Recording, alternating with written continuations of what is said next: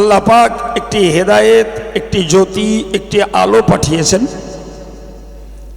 আর সঙ্গে দিয়েছেন একটি সংবিধানী পুস্তক। ওই নূর বা হেদায়েত থেকে মর্ম হল রাসূল করিম সাল্লাল্লাহু আলাইহি ওয়াসাল্লামের এই ধরা পৃষ্ঠে প্রেরণ করা। জোরে বলেন সুবহানাল্লাহ। তাহলে আল্লাহ বিশ্ব মানব জাতিকে আলোর পথ দেখানোর জন্য, সঠিক পথের নিশানা দেওয়ার জন্য নবীকে পাঠিয়েছেন। আর সেই নবীর সহায়ক হিসাবে, গাইড বুক হিসাবে কোরআনের মতো একটি সংবিধানী পুস্তক আল্লাহ নবীর কাছে দিয়ে পাঠিয়েছেন। সুবহানাল্লাহ। ভাই, আজকে যে মাদ্রাসার উন্নয়নে এ বাৎসরিক ওয়াজ ও ইসালে সওয়াব, এখানকার পাঠ্য বিষয় হলো সেই কোরআন। আর বিশ্ব মুসলিম মানব জাতির হৃদয়ে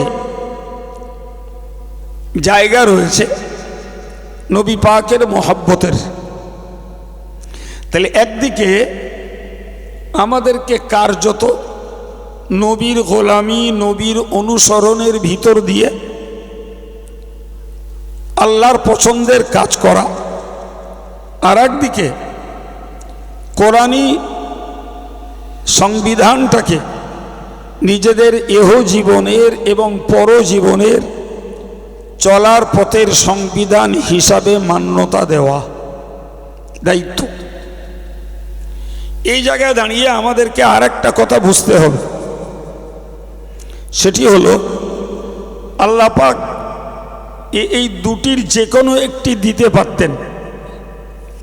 হয় আল্লাহ দিতেন কোরআন ছাড়া শুধু নবী, অথবা আল্লাহ দিতেন নবী ছাড়া শুধু কোরআন।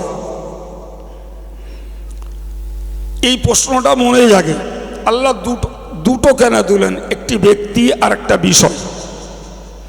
আপনারা জ্ঞানী মানুষ, অশোনা মানুষ,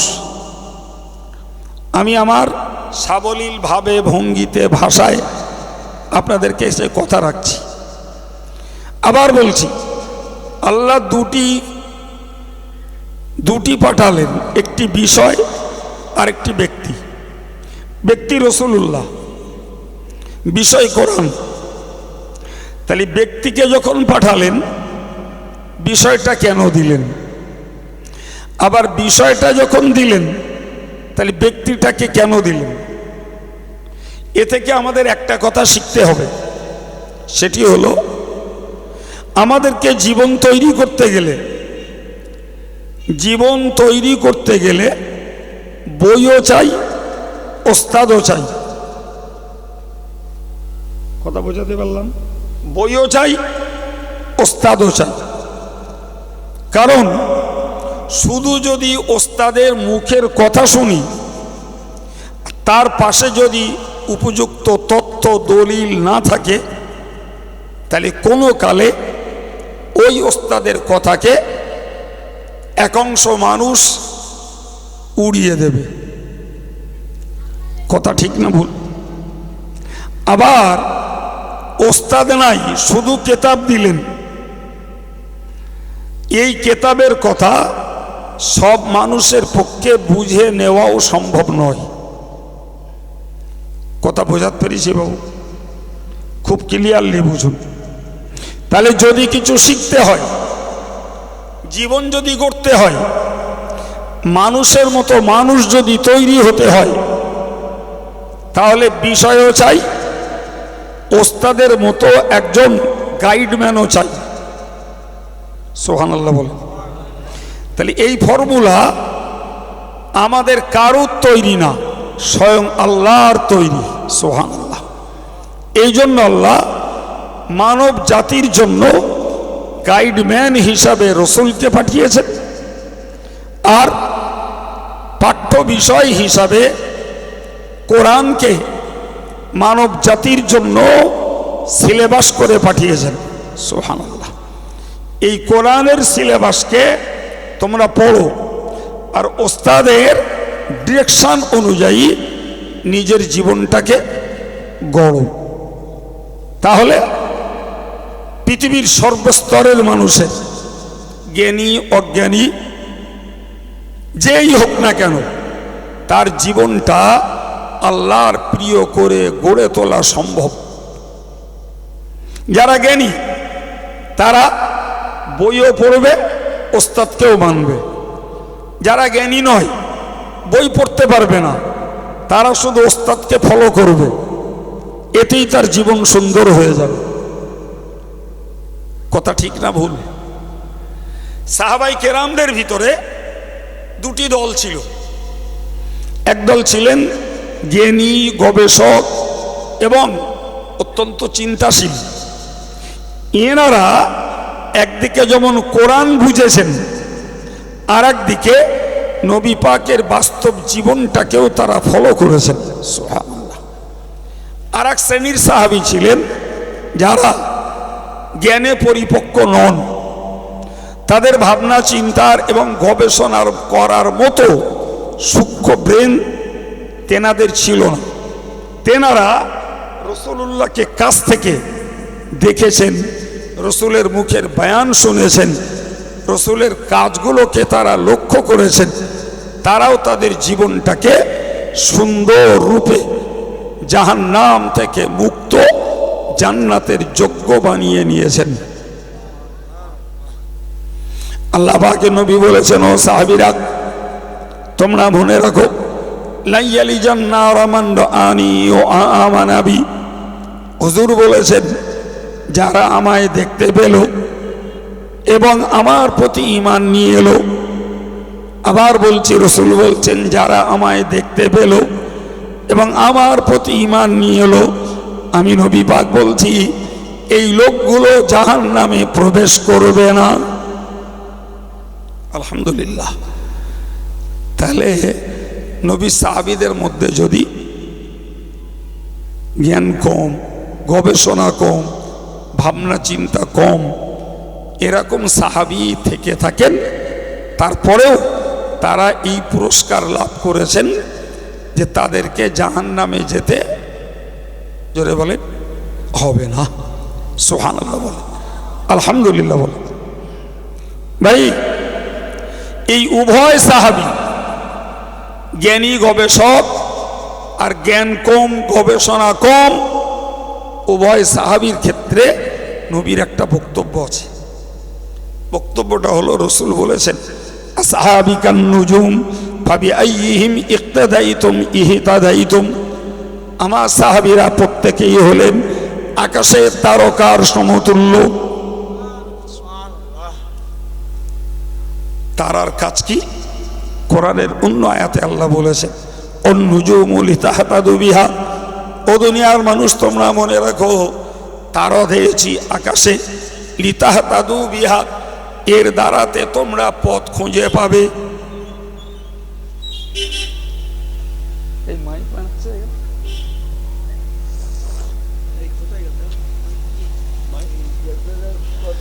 মাইকম্যান ভাই কোথায় আছেন? একটু কাছে এলে ভালো হয়।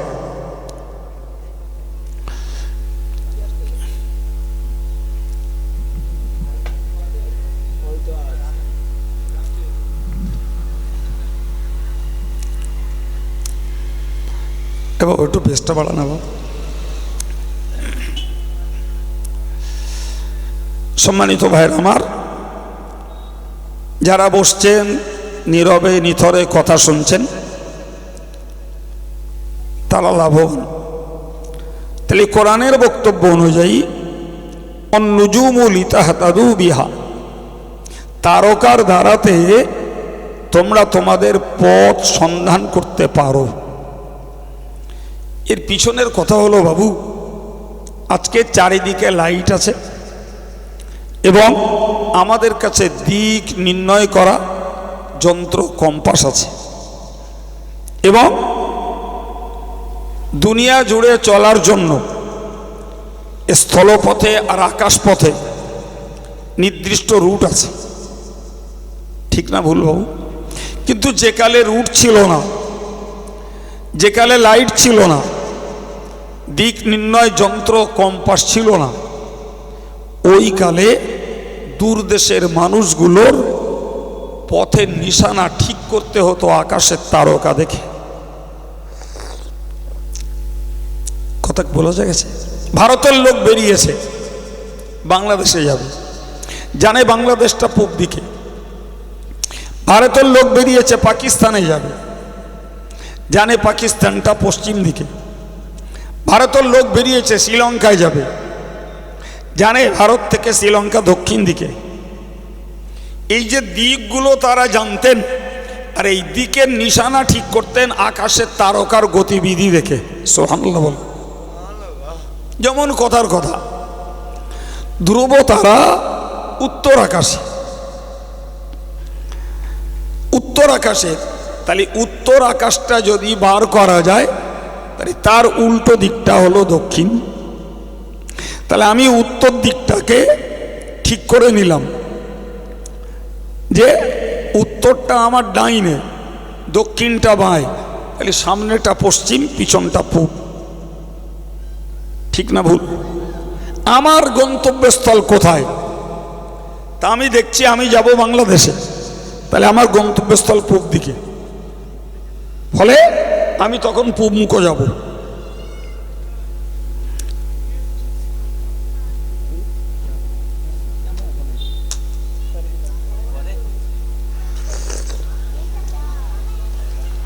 কথা বোঝাতে পেরেছি বাবা?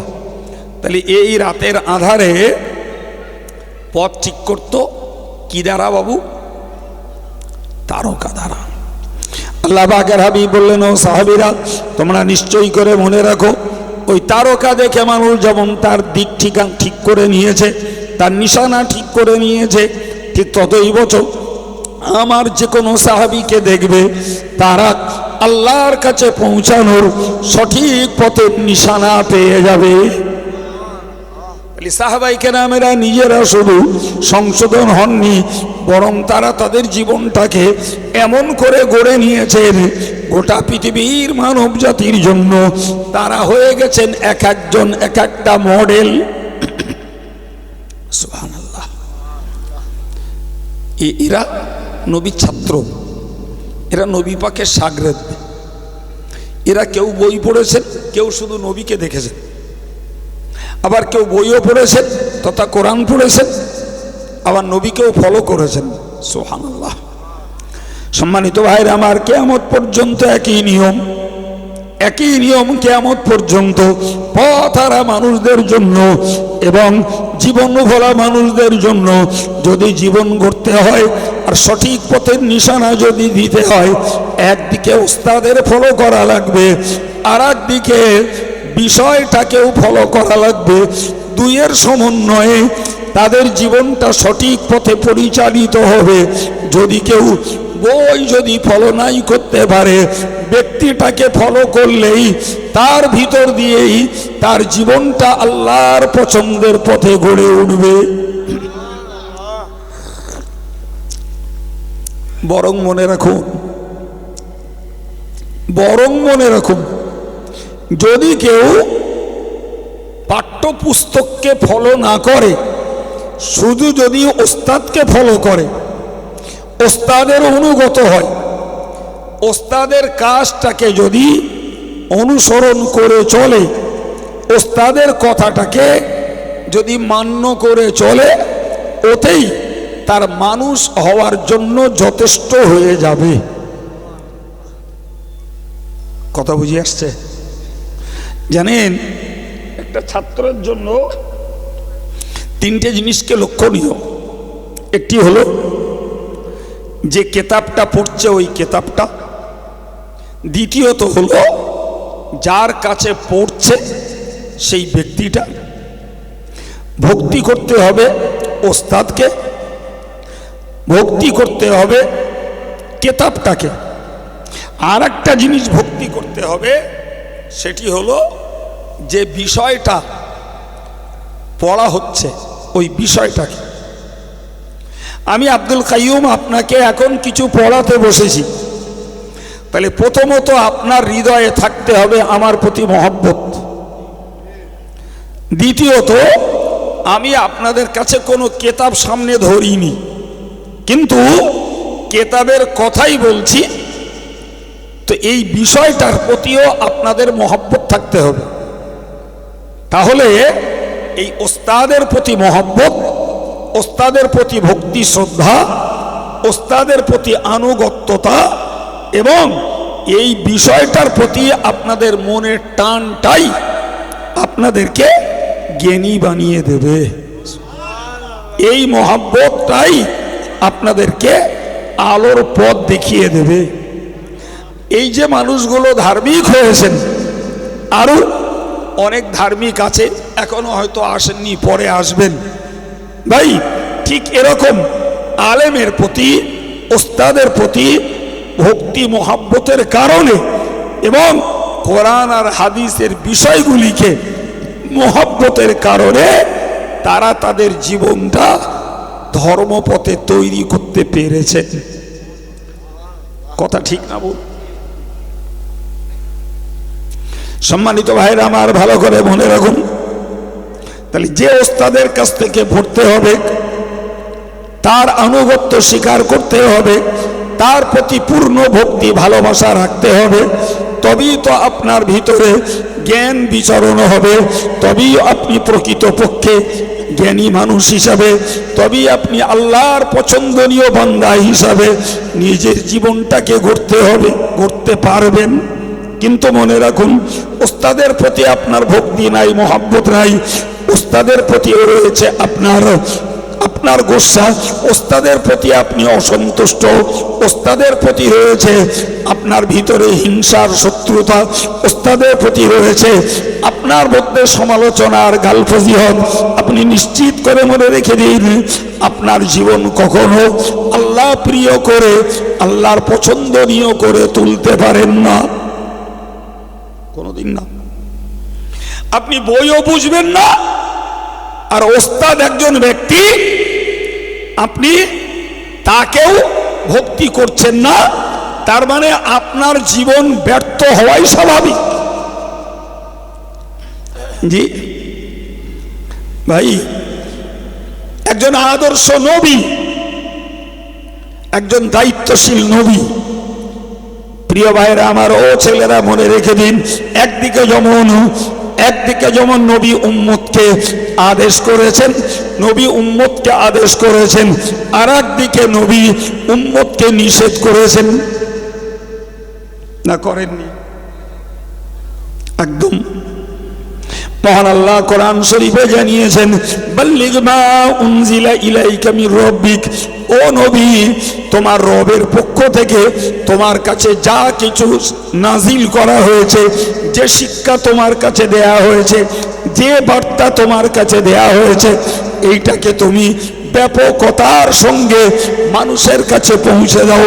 এই ব্যাপকতার মানে হলো, একদিকে মানুষকে ঈমান আনতে বলো, আর একদিকে শিরক থেকে বাঁচতে বলো, একদিকে নামাজ পড়তে বলো, আর একদিকে নামাজ কাজা থেকে বাঁচতে বলো, একদিকে যাকাত দিতে বলো, আর একদিকে অবৈধ রোজগার থেকে বাঁচতে বলো, একদিকে জিকির করতে বলো, আর একদিকে গালি সমালোচনা আর অসংলগ্ন কথা বলা থেকে বাঁচতে বলো।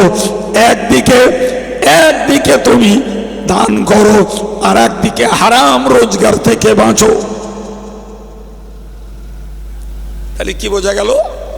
প্রকৃত জীবন যদি গড়তে হয়, তাহলে আদেশও পালন করতে হবে, নিষেধও পালন করার মানে ছাড়তে হবে, তাই না বাপ? এটাই তো আমার আল্লাহর ফর্মুলা। এটাই কি আল্লাহর ফর্মুলা, আর ওই ফর্মুলাটাই নবীকে দিয়ে ব্যক্ত করিয়েছেন। আর সেই ফর্মুলা আজও কোরআন হাদিসে মৌজুদ, নাকি কোরআন হাদিস থেকে সব বেরিয়ে গেছে? না, আছে না নেই? তাহলে আব্দুল কাইয়ুম যে কথা বলছে, এটা 1400 বছর আগের কথা না, বরং এটা সর্বকালের জন্য রানিং, টাটকা, তাজা কথা। আজও কোরআন খুললে যা পাওয়া যাবে 1400 বছর আগের মুসলমান তাই পেয়েছিল, আরো আল্লাহ কিয়ামত যতদিন না করে দুনিয়াকে টিকিয়ে রাখবেন, মুসলমানরা তাই পাবে। সুবহানাল্লাহ বলে। তার মানে আব্দুল কাইয়ুমের এ কথার কোনো বিকল্প আছে বাপ? নেই বাবু, বিকল্প নেই। সম্মানিত ভাইরা আমার, এর পরের অংশটা বুঝুন, পরের অংশটা মাথায় রাখুন, ভালো করে খেয়াল করুন। ভাই, একদিকে কোরআন যেমন আদেশ করেছে, আর একদিকে নিষেধ করেছে। এখন যারা আদেশকে লঙ্ঘন করেছে আর নিষেধকে করে ফেলেছে, আদেশকে লঙ্ঘন করে নিষেধকে করে ফেলেছে, ঠিক করে বলুন, আমার আল্লাহর পক্ষ থেকে, নবীর পক্ষ থেকে তাদের জন্য শাস্তি ঘোষণা আছে না নাই? এ ফর্মুলা কার? জোরে বলেন। প্রিয় ভাই আমার, ফর এক্সাম্পল নামাজ। আমার আল্লাহ কোরআনে বললেন, ফাখালাফা মিন বা'দিহিম খালফুন আদাউস সালাতা ওয়াত্তাবাউস শাহাওয়াত ফাসাউফা ইয়ালকাউনা গায়্যা। মহান আল্লাহ কোরআনে বললেন, ফাখালাফা মিন বা'দিহিম খালফুন, কাফেরদের জাহান্নামে যাওয়ার পরে পিছে পিছে একদল মুমিন জাহান্নামে যাবে। তাদের দোষ হলো তারা নামাজটাকে অলসতা করে নষ্ট করত, আর দোষ হলো ইচ্ছা মতন তারা চলত। কথা বোঝা যাচ্ছে? একদম সুস্পষ্ট কথা। একদল আগে জাহান্নামে যাবে, এদের পিছনে আর এক দল যাবে, তা আগে যারা গেছে ওরা কাফের, আর এদের পিছনে পিছনে যারা যাবে এরা মুমিন। কিন্তু এদের একটা দোষ, নামাজে অলসতা করত, আর একটা দোষ, এরা নিজের ইচ্ছা মতন চলত। মাথায় ঢুকছে বাবা? জি। তাহলে এরা জাহান্নামে যাবে। স্পেশালি আল্লাহ বললেন, যারা নামাজটাকে অলসতা করে ত্যাগ করবে এরা ফাসাউফা ইয়ালকাউনা গায়্যা, জাহান্নামের একটা কুয়া যার নাম গাই, ওই কুয়াতে ওদের ফেলা হবে।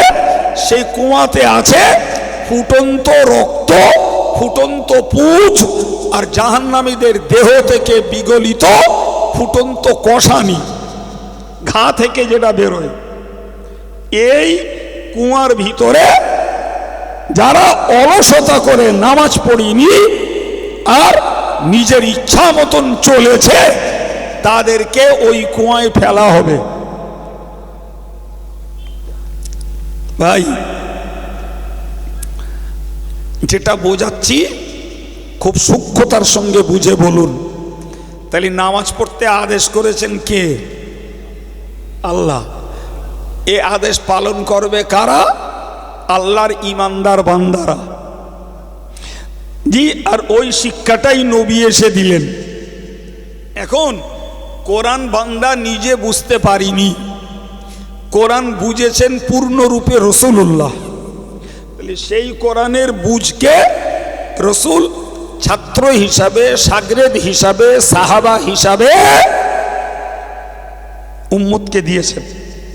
উম্মত যখন আল্লাহর সেই হুকুম লঙ্ঘন করছে, তার জন্য এই রক্ত পুঁজের আর কষানির কুয়ায় যেটা ফুটন্ত টকবক করে ফুটছে, এতে ফেলা হবে।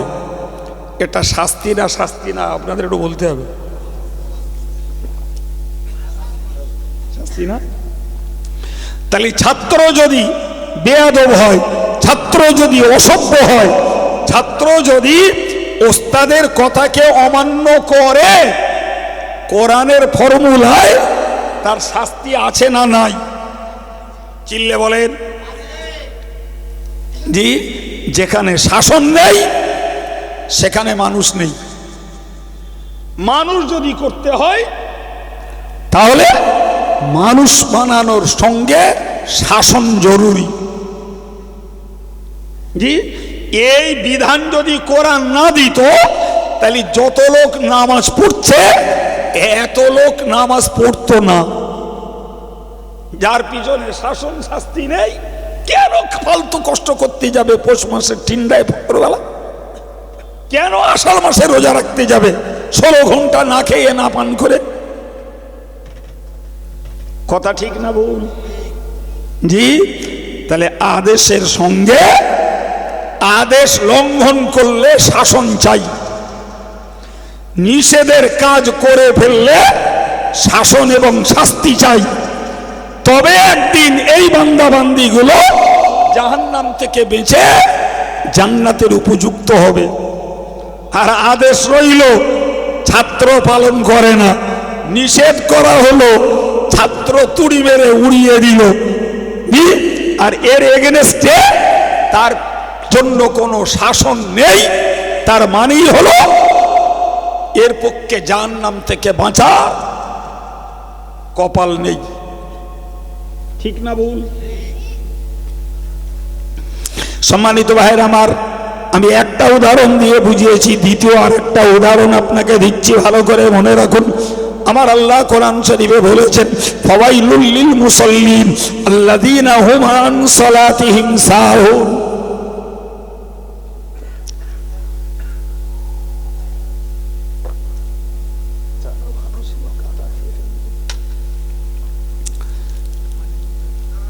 ঠিক আছে রাখো।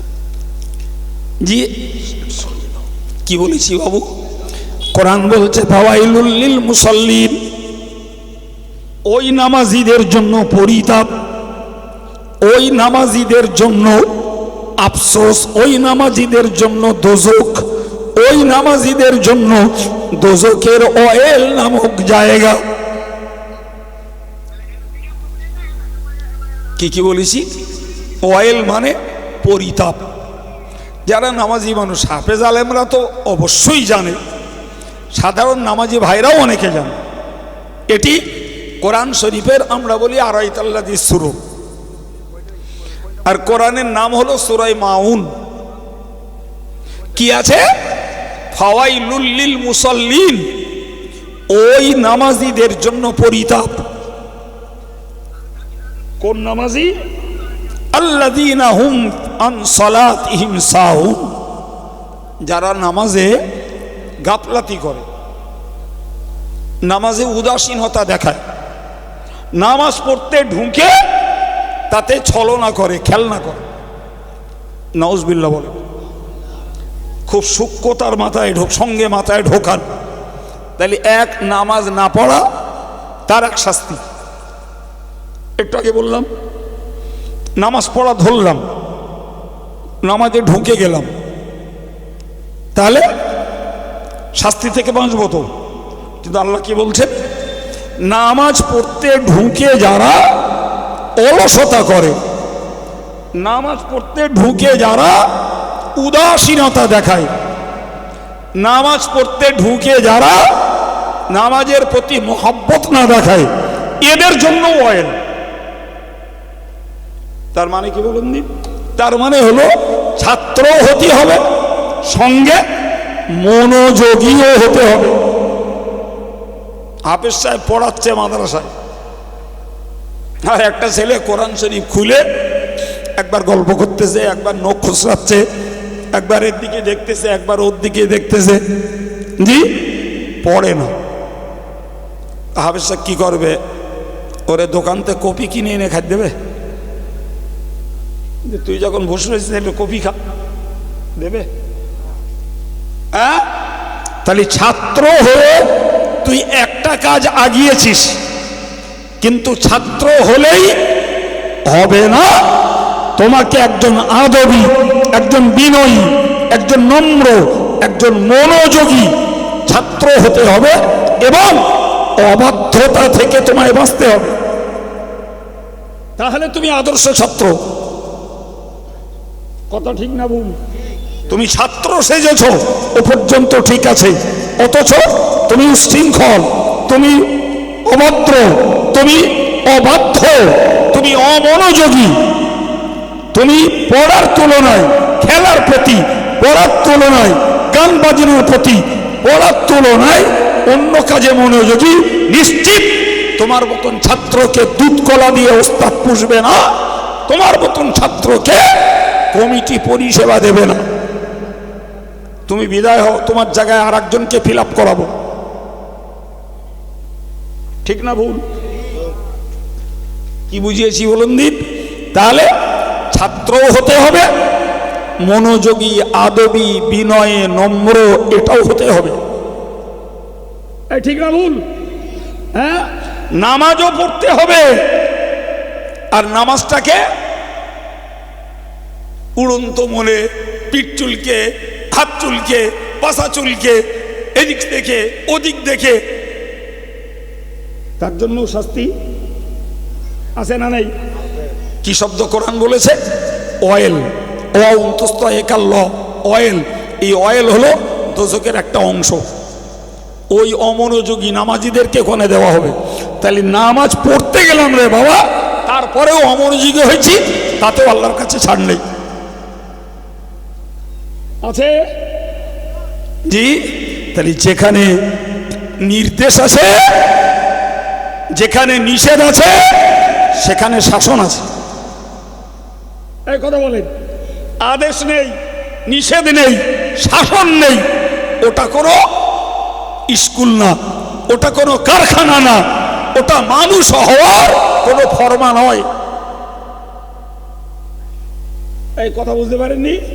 হ্যাঁ, শুনুন আর একটু। সম্মানিত ভাইয়েরা আমার, ভালো করে মনে রাখুন, হাদিস শরীফে নবী পাক সাল্লাল্লাহু আলাইহি ওয়াসাল্লাম স্পষ্ট করে জানিয়েছেন যে লোকটা মদ খায়, মদ নিষেধ, এটা আল্লাহ করেছেন। ইন্নামা হাররামা আলাইকুম, আল্লাহ পাক বলেছেন, ইন্নামাল খামরু ওয়াল মাইসির, মদ খাওয়া, জুয়া খেলা, অল আনসাব, দরগার নামে হাজত মান্নত করা, অল আজলাম, এবং লটারি খেলা। মদ, জুয়া, দরগার নামে মান্নত, লটারি করা হলো। চারটে কথা বলে আল্লাহ বললেন, রিজসুন মিন আমালিশ শাইতান, এ চারটেই নাপাক এবং চারটি শয়তানের কাজ। কার কাজ? এটা চিহ্নিত করেছেন কে? মাশাআল্লাহ, খুব ভালো বুঝে গেছেন। ওইটা চিহ্নিত করেছেন আল্লাহ, কাজটা শয়তানের। এখন বাস্তবে দেখা যাচ্ছে কাজটা করছে মানুষ। মদ খাচ্ছে মানুষ, জুয়া খেলছে মানুষ, দরগায় হাজত মান্নত করছে মানুষ, লটারি খেলছে। জোরে বলে।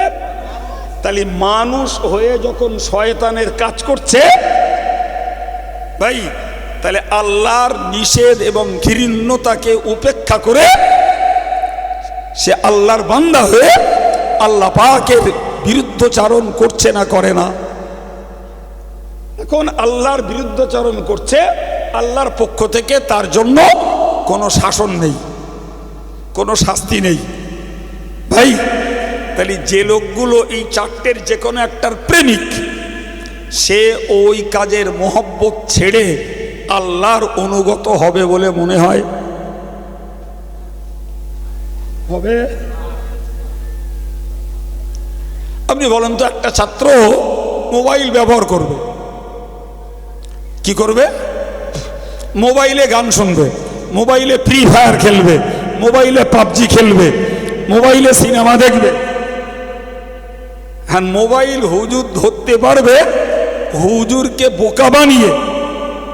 বোকা বানিয়ে একটা বই এরকম মোটা, আর ওই বইটার চারি সাইড রাখা, আর মাঝখানে ছুরি দিয়ে কাটা, উপরের কভার ঠিক আছে, কিছু পৃষ্ঠা এর সঙ্গে আছে, মাঝখানে মোবাইলটা রেখে দিয়ে কভারটা লাগিয়ে দিলাম। এটা কি? এটা কি? শয়তান হেরে যাবে না জিতবে?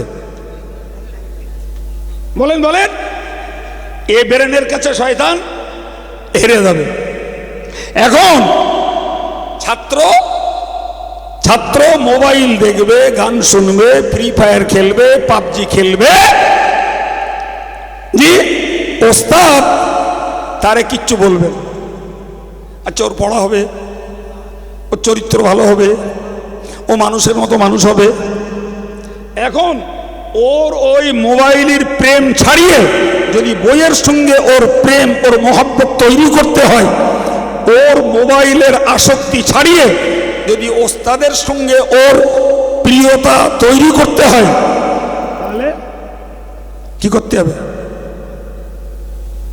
আপনারা বলেন, শাস্তি দিতে হবে না? হ্যাঁ, শাস্তি দিতে হবে। দিলে আজকাল শাস্তি পেতে পেতে ওর মোবাইলের ভালোবাসাটা এই শাসনে হৃদয় থেকে যাবে, তখন ওই জায়গায় বইয়ের মহব্বতটা আসবে, তবে তোকে মানুষ করা সম্ভব। ও যদি ওই মোবাইল আসক্ত হয় আর ওস্তাদ জানার পরেও ওরে যদি টিফিন দিয়ে খাওয়া দিয়ে যদি যত্ন করে, তাহলে দুদিন পরে তো শয়তানের কাজ ওইটি করবে। এই করবে না, করবে না? শয়তানের লাগবে। আর হ্যাঁ জি, শয়তানকে তো দেখা যায় না, না দেখে যা করতেছে তাতেই আমরা পাগলা হয়ে যাচ্ছি। আর ওই রকম শয়তান প্রকাশ্য থাকলে মানুষ আরো বেশি পাগলা হবে, না হবে না?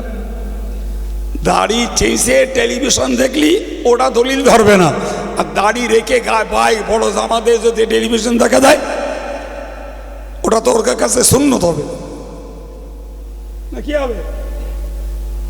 দাড়ি চাঁচার জন্য যদি জায়েজ হয় জি, এই তাহলে দাড়িওয়ালাও কাজ যখন দেখবে তখন আম জনতার কাছে ওটা কি হবে?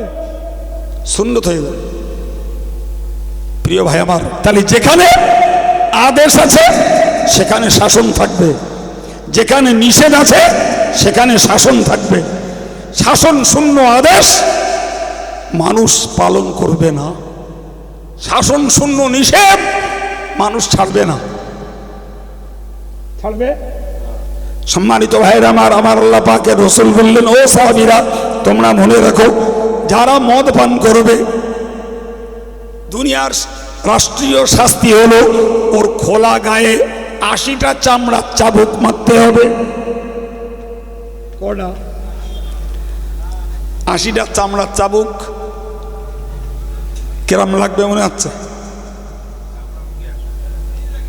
চামড়া উঠে আসবে, দর করে রক্ত ঝরবে, হয়তোবা ওই ক্ষত থেকে বাঁচতে না পেরে আল্লাহর হুকুম হলে হয়তো মারাও যাবে। ঠিক না বল? ভাই, এই যে ইসলাম নিষেধাজ্ঞা জারি করে অমান্যকারীদের শাস্তি ঘোষণা করেছে, আমি করেছি না আপনি করেছেন? খোদ আল্লাহ করেছেন। তাহলে ইসলামে মানুষ করার জন্য, জাহান্নাম থেকে বাঁচানোর জন্য, মানুষের মতো প্রকৃত আল্লাহ প্রিয় মানুষ বানানোর জন্য শাসন আছে না নাই? এ শাসন যদি কেউ উপেক্ষা করে তার পরিণতি, এত দেরি হচ্ছে কেন? তার পরিণতি কি? সে হবে অমানুষ, যাবে। বাহ, সম্মানিত ভাইরা আমার, এত হলো একটা মদ পানের জন্য, জানেন হাদিস শরীফে ঘোষিত, কেউ যদি কারোর নামে মিথ্যা অপবাদ দেয়, মিথ্যা অপবাদ, মিথ্যা ব্যভিচারের দোষ কারোর নামে যদি দেয়, আর সে যদি সেই মিথ্যা অপবাদ যাকে দিচ্ছে সে যদি সেই দোষে তুষ্ট না হয়, ওর গায়েও শরীয়ত শাস্তি ঘোষণা করেছে, তাকে 40টা চামড়ার চাবুক মারো। এ জাত যদি এই মিথ্যা দোষ দেওয়ার শাস্তির কথা একবার কানে শুনতো আর মান্যতা দিত, এদের মিথ্যা অপপ্রচারের পাপ থেকে বাঁচার রাস্তা হতো।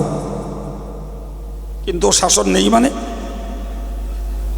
শাসন নেই মানে মানুষের কাছে ওটা স্বাভাবিক। আমার আল্লাহ পাক কোরআনে বলেছেন, আয-যানিয়াতু ওয়াজ-যানি ফাজলিদু কুল্লা ওয়াহিদিন মিনহুমা মিয়াতা জালদা। একজন ব্যভিচারী পুরুষ আর একজন ব্যভিচারিণী মহিলা, এদের কথা ভাবুন। কোরআন আগে বলে দিয়েছে, ওয়ালা তাকরাবুজ জিনা, তোমরা ব্যভিচার করো না, ব্যভিচার তোমরা করো না। আমার আল্লাহ পাক এটা ডাইরেক্ট নিষেধ করে দিলেন, ব্যভিচার করো না। এরপরে শাসন দিলেন, যদি কেউ আমার হুকুমকে লঙ্ঘন করে ব্যভিচারে জড়িয়ে পড়ে, তারা যদি অবিবাহিত ছেলে আর অবিবাহিতা মেয়ে হয়, তাকে খোলা গায়ে 100 চামড়ার চাবুক মারতে হবে। এখন কারোর যদি ব্যভিচারের দোষে 100 চামড়ার চাবুক মারা হয়, সে কাতরাবে না? কাতরাবে না? সে যন্ত্রণায়, জ্বালায়, কাটায় ছটফট করবে না? করবে না? আশ্চর্য ব্যাপার। জি, আল্লাহ বললেন, এই বান্দার দল তোমরা মনে রাখো, ইন্না লিল্লাহি তিসআতা ওয়া তিসঈনা, ইন্না লিল্লাহি মিয়াতু রাহমা, আল্লাহ পাকের 100 রহমত, এর মধ্যে ইন্না লিল্লাহি, আল্লাহর কাছে রেখে দিয়েছেন, তিসআতা ওয়া তিসঈনা রহমাতান, 99টা রহমত আল্লাহ তার কাছে রেখে দিয়েছেন। আর একটা রহমত, একটা দয়া তাম পৃথিবীর সৃষ্টিকুলের মধ্যে দিয়েছেন।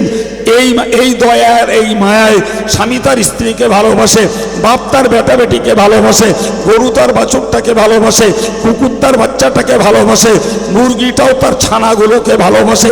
ঠিক না বউ?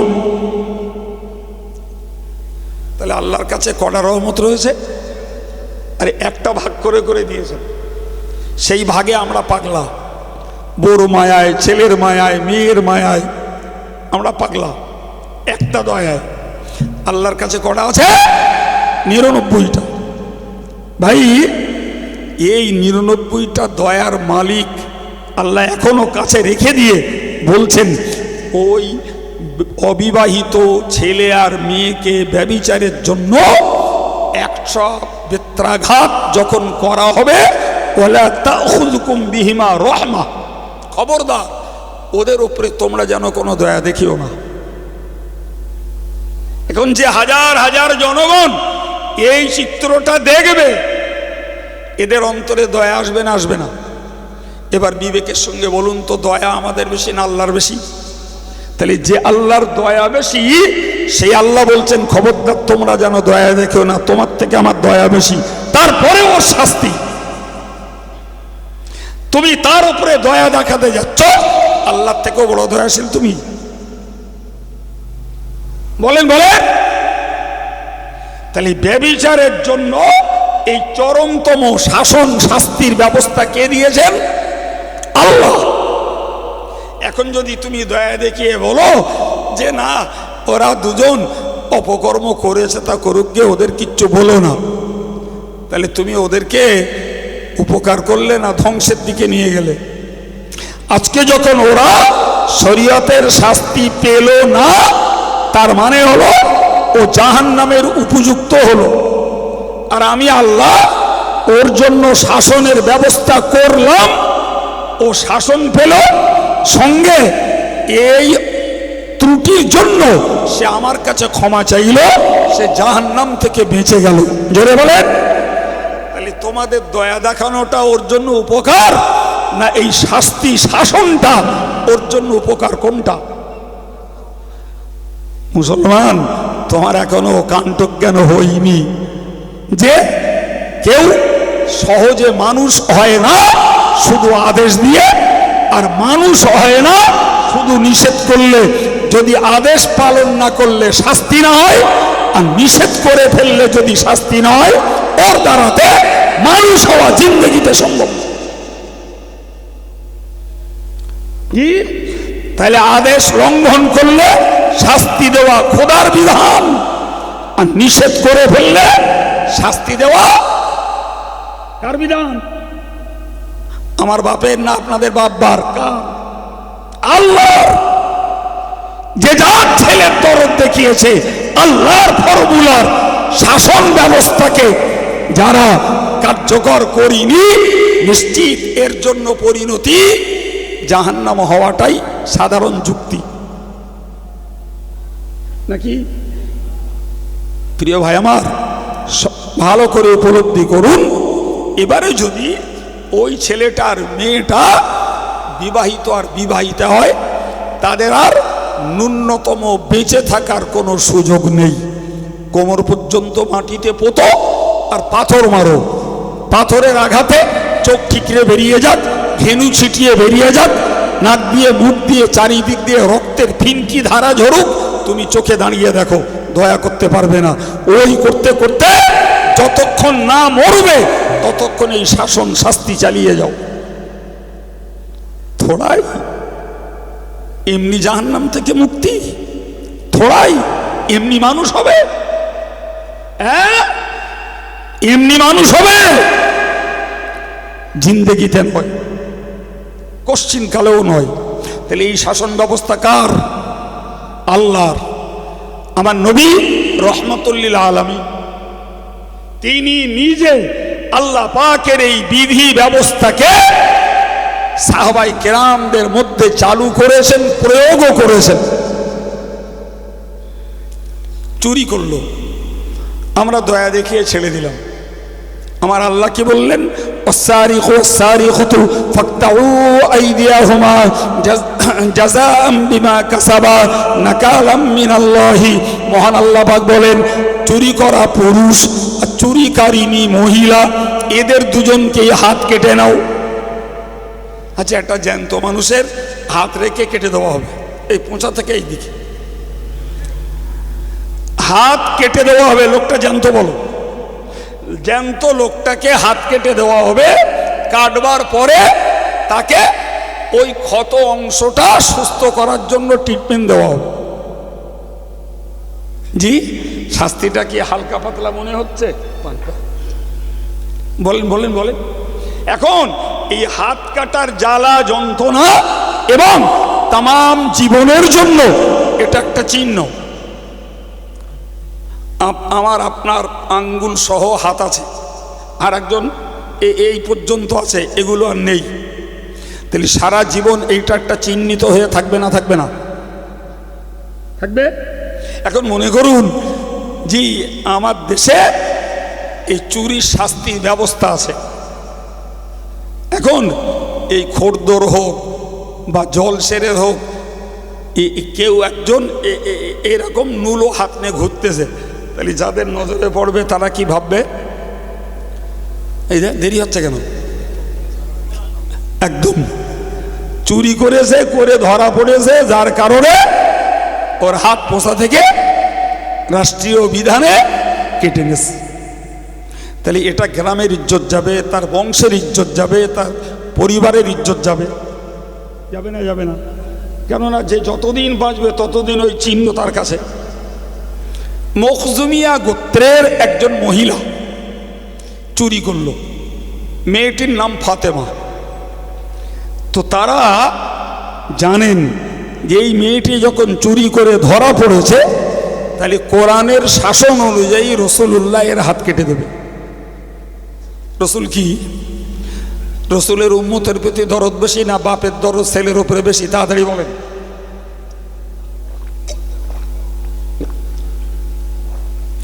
তাহলে বাপের দরদ ছেলের উপরে যতটা, বাপের দরদ মেয়ের উপরে যতটা, স্বামীর দরদ স্ত্রীর উপরে যতটা, নবীর দরদ উম্মতের উপরে তার থেকে বহু বহু গুণে বেশি।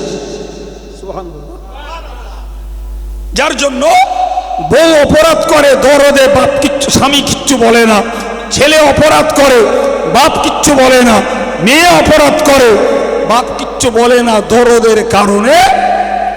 অথচ আমার নবী একজন চুরিকারিনী মহিলার বিচার তার কাছে এলো।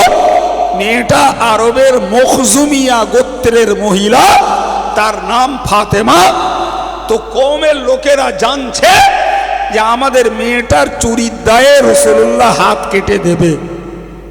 রসুলের পোষা পৌত্র হযরত উসামা ইবনে যায়েদকে তারা উকিল ধরল যে আপনি একটু রসুলুল্লাহকে বলেন যাতে রসুলুল্লাহ যেন হাতটা না কাটে।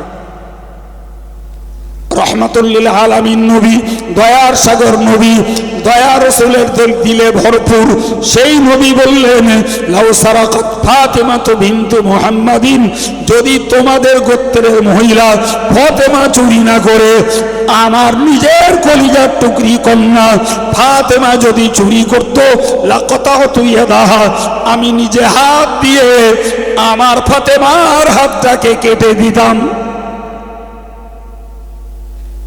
কি বুঝলেন? কি বুঝলেন?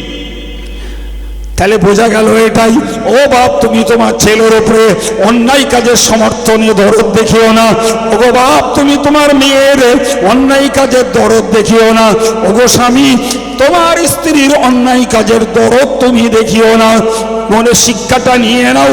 নবী রহমাতুল্লিল আলামিন দয়ার সাগর হওয়ার পরেও তার মন্তব্য হলো, মখজুমিয়া গোত্রের মহিলা ফাতেমা যদি চুরি না করে, আমার মেয়ে ফাতেমা চুরি করত, আমি নিজে হাতে তার হাতটাকে কেটে দিতাম। কি বুঝলেন? শাসন ছাড়া মানুষ হয়? বলেন বলেন, শাসন ছাড়া প্রকৃত আল্লাহর বান্দা হওয়া যায় না। শাসন ছাড়া জাহান্নাম থেকে মুক্তি পাওয়া। এই জন্য কোরআন একদিকে বিধান দিয়েছে, বিধান লঙ্ঘন করলে শাসন দিয়েছে।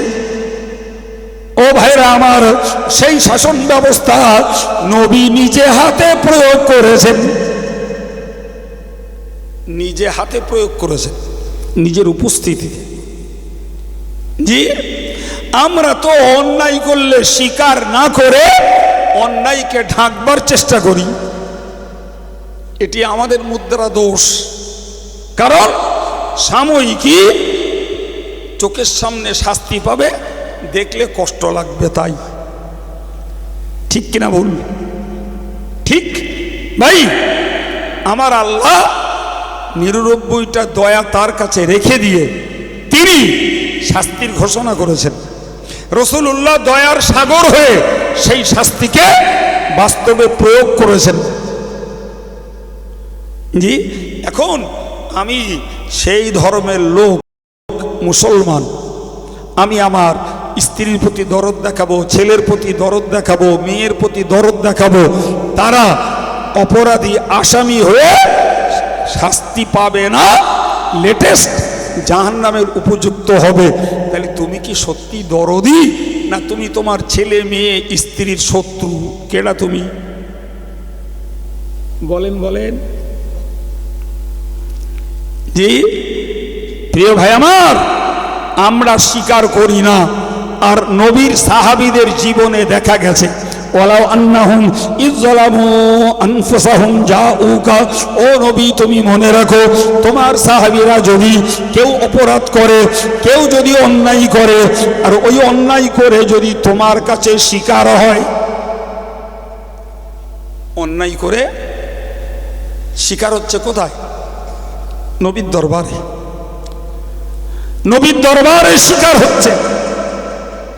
আল্লাহ পাকে নবী বললেন, এই মহান আল্লাহ বললেন, শুধু স্বীকার হচ্ছে না, ফাস্তাগফিরুল্লাহ, যদি কেউ অন্যায় করে স্বীকার হয় আর ওই অন্যায়ের জন্য যদি আল্লাহর কাছে ক্ষমা চায়, সুবহানাল্লাহ বলে, একটু মহব্বত করে বলে। হতে পারে অন্যায় হয়ে গেছে, হতে পারে অন্যায় হয়ে গেছে, জি, পরে স্বীকার হচ্ছে, স্বীকারও হলো, সঙ্গে বলল, আল্লাহ আমি তোমার কাছে ক্ষমা চাইছি, তোমার হুকুমকে লঙ্ঘন করে অপরাধ করে ফেলেছি।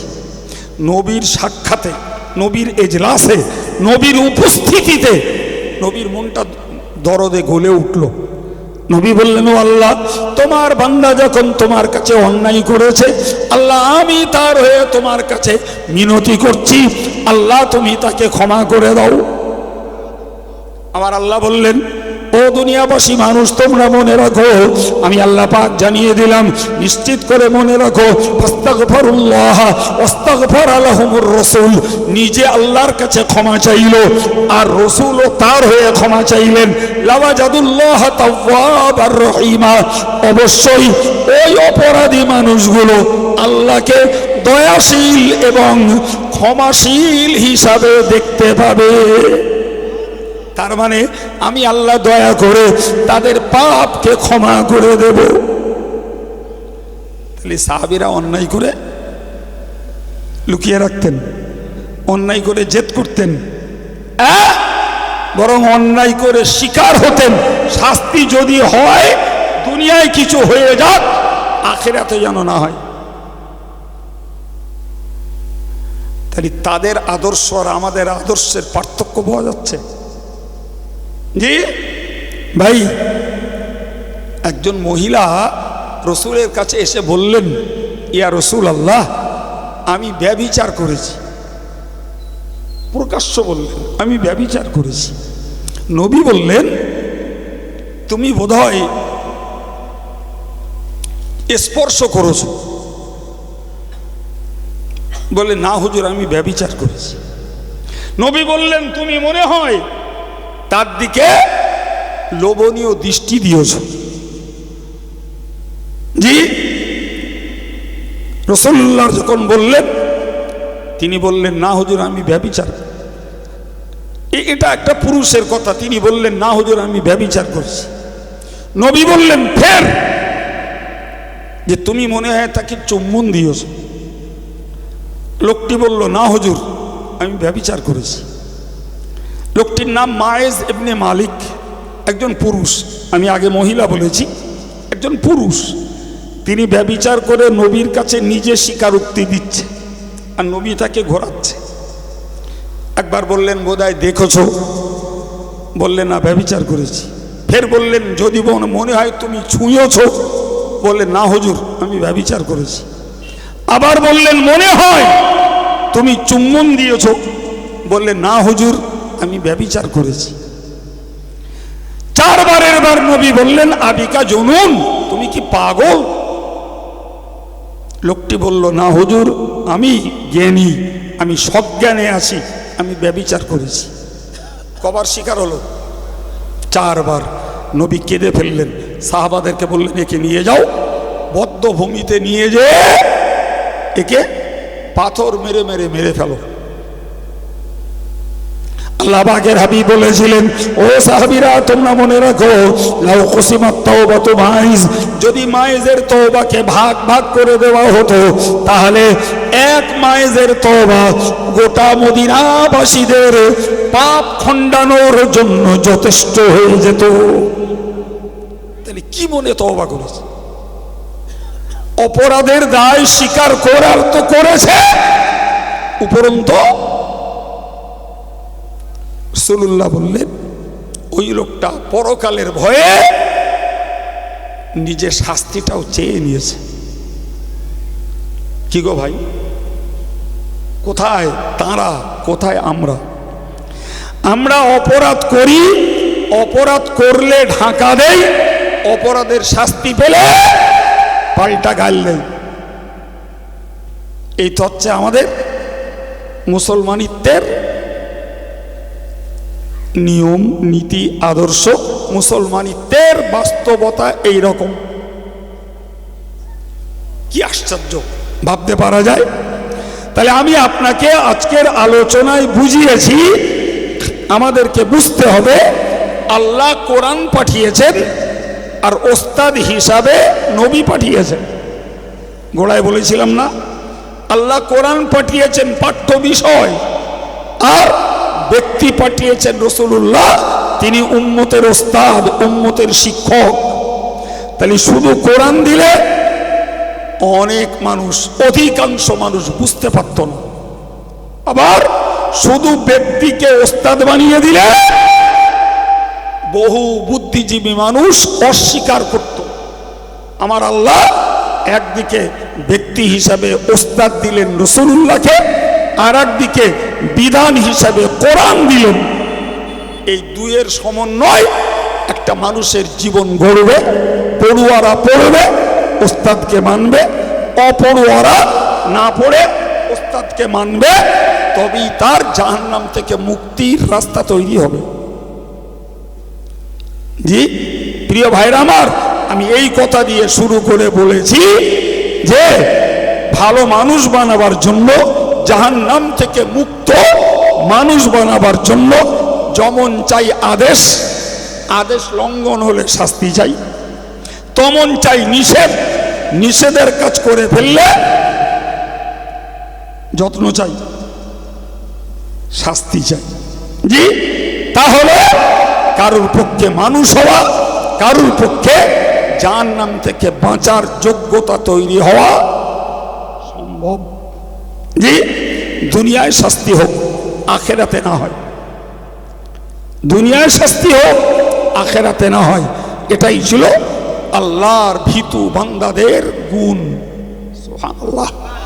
জি, যারা দুনিয়ার ঘোলে পাগলা হয়েছে, ছেলের দরদে, মেয়ের দরদে, বিবির দরদে, হাতে করে দরদ দেখিয়ে তাদেরকে ক্ষতির দিকে ঠেলে দেওয়া হচ্ছে। ঠিক না ভুল? জি প্রিয় ভাইরা আমার, মনে রাখার দরকার, যদি আজকের যুগে আমরা এই 1400 বছর আগের কোরআনে যা ছিল আজও তাই রয়েছে, পাল্টাইনি কিচ্ছু। জি আমি আব্দুল কাইয়ুম যে কথা আপনাকে বলছি, এ কথা কিয়ামত পর্যন্ত মুসলিম জাতির জন্য চলমান বিধান, এর বদল কোনোদিন। রাষ্ট্রীয় ব্যবস্থায় ভারতবর্ষে চুরির শাস্তি নেই, ভারতবর্ষে ব্যভিচারের শাস্তি নেই, ভারতবর্ষে মিথ্যা অপবাদের শাস্তি নেই, আছে কি? হ্যাঁ, ভারতীয় রাষ্ট্রীয়ভাবে শাস্তি নেই, কিন্তু ভারতবর্ষে সামাজিক শাস্তি আছে। জি এখন সামাজিক শাস্তি যদি প্রয়োগ করা হয়, রাজনৈতিক ডামাডোলের বাজারে যে শাস্তি পাবে তার পক্ষে রাজনীতির নেতারা দাঁড়িয়ে যাবে। কথা বলছেন না কেন? যে শাস্তি পাচ্ছে ও তার দলের লোক, শাস্তি দিলেই ভোট কমবে। কথা বলছেন না কেন? অতএব ওর শাস্তি দেওয়া যাবে না। তাহলে আমার দলের লোক হিসাবে আমি যদি তার অন্যায়ের শাস্তি না দেই, তাহলে আমি এই অন্যায়টার প্রকারান্তরে সাপোর্ট নিলাম। শোনেন, বনি ইসরাইল জাতির কেতাব ছিল তাওরাত। যেহেতু বনি ইসরাইল জাতিরা মুসা নবীর জাতি, আর ওদের জন্য আল্লাহর পাঠানো কেতাবটির নাম হলো, শোনেননি বাবা কোনোদিন? অবশ্যই শুনেছেন, কেতাব হলো তাওরাত। এই তাওরাত কেতাবেও ব্যভিচারের শাস্তি হতো। রাসূলুল্লাহ মদিনা সনদের ভিত্তিতে মদিনার রাষ্ট্রপ্রধান, সুবহানাল্লাহ বলেন। তখন মদিনাতে মুসলমান আছে, ইহুদি আছে, খ্রিস্টান আছে, এই সবার রাষ্ট্র নেতা হলো কে? রাসূলুল্লাহ। এখন বনী ইসরাইল জাতির লোকেরা এর আগে ব্যভিচার করে ধরা পড়লে, সম্ভ্রান্ত সম্মানীয় লোকরা ধরা পড়লে ওদের একটু কালি মাখিয়ে ছেড়ে দিত। কি মাখিয়ে? এই টাকে আর এই মুখি একটু কালি মাখিয়ে দিত, অতি ওদের শাস্তি শেষ। প্রিয় ভাই, এখন রসুলের রাষ্ট্রীয় শাসন যখন শুরু হয়েছে, তখন ওদের সম্ভ্রান্ত একজন লোক ব্যভিচার করেছে। বিচারের মালিককে রাসূলুল্লাহ। এখন ওরা তাকে বিচারের জন্য এনেছে। তো রসুল বললেন যে তোমরা ব্যভিচারের কোনো বিধান তোমাদের তাওরাত কেতাবে পাচ্ছ না? তোরা বলল না, তাওরাত কেতাবে আমরা কোনো শাস্তির বিধান পাচ্ছি না। তা যদি না পাও, তাহলে তোমরা এই জাতীয় অপরাধীদের কি শাস্তি দিতে? তোরা বললো আমরা একটু কালি লাগিয়ে দিতাম মাথায় আর মুখে। ওতেই চিহ্নিত হলো যে এ ব্যভিচারী, আর ওইটাই হয়ে গেল অপমানের শাস্তি। এই পর্যন্ত যেই বলেছে ইহুদিদের বিগত দিনের মহাপণ্ডিত, আর এখন রাসূলুল্লাহর সাহাবী হযরত আব্দুল্লাহ রাদিয়াল্লাহু আনহু, আব্দুল্লাহ ইবনে সালাম রাদিয়াল্লাহু আনহু, তিনি বললেন হুজুর ওদেরকে তাওরাত কেতাব আনতে বলুন। ওরা নিয়ে এলো, বলে পড়ো তোমরা, তোমাদের কেতাব তাওরাত পড়ো। হ্যাঁ, ওরা আগে পড়লো আর পরে পড়লো, আর যেখানে ব্যভিচারের শাস্তি আছে সেই জায়গায় হাত দিয়ে ঢেকে দিলেন। কেসটা পাওয়া যাচ্ছে? যেহেতু দোষ করেছে সম্মানীয় লোক, আমার দলের লোক, সাপোর্ট না দিলি মুশকিল। হযরত আব্দুল্লাহ ইবনে সালাম গর্জে উঠলেন, ইয়া রাসূলুল্লাহ, ইয়া হাবিবাল্লাহ, ওর ওই হাতটা সরাতে বলুন। যেই হাত সরালো, ওই হাতের তলার লেখনীতে দেখা গেল ব্যভিচারের জন্য শাস্তি কোমর পর্যন্ত পুঁতে ফেলে মারার। সুবহানাল্লাহ বলেন, আর একটু জোরে বলেন আল্লাহ পাকে নবী অত্যন্ত রাগান্বিত হলেন যে তোমরা দলের সম্মান রক্ষার জন্য, ব্যক্তির সম্মান রক্ষার জন্য আল্লাহর বিধানের সঙ্গে ছলনা করছো, আল্লাহর বিধানের সঙ্গে তোমরা খেলা করছো, এর জন্য তোমাদেরও আল্লাহর কাছে শাস্তি শেষ নাই। অগত্যাই তখন ওদের কেতাবের শাস্তি ওদের দলের অপরাধীর জন্য প্রয়োগ করে তাকে মৃত্যুদণ্ড দিলেন।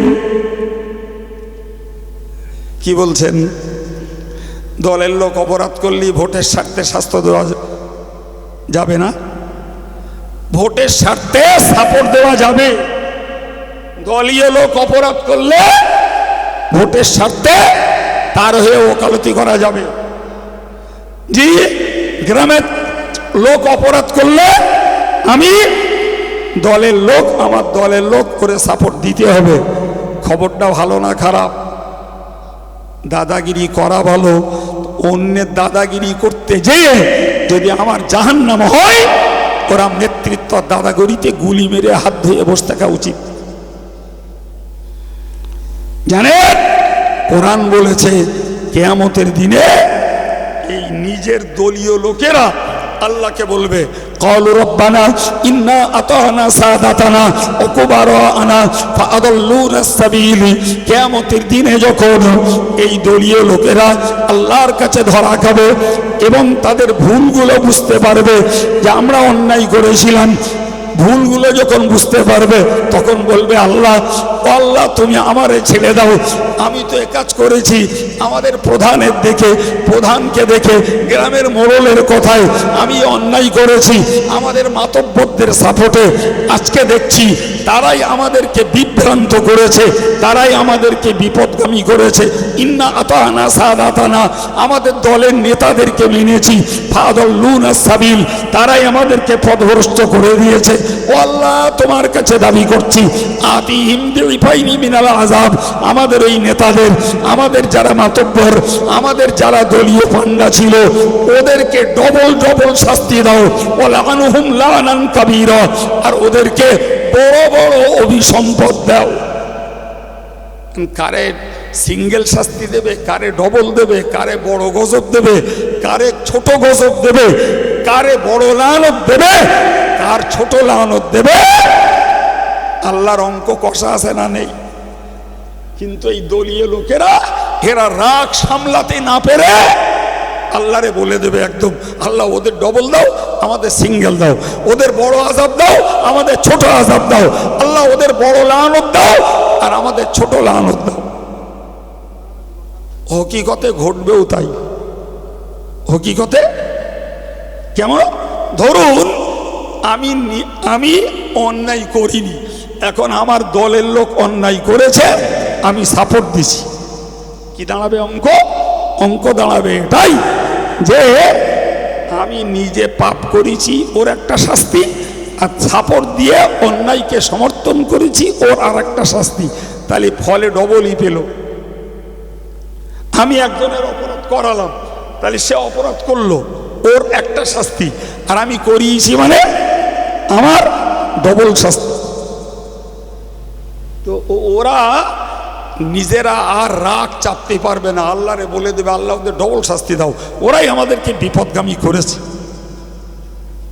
বাবু, তাহলে হুজুরগিরি নেতৃত্ব করতে গেলেও খোদার ভয় লাগে। বাপ, খোদার ভয় ছাড়া নেতৃত্ব করলে পরের পাপ নিজের ঘাড়ে নিয়ে জাহান্নামে যেতে হবে।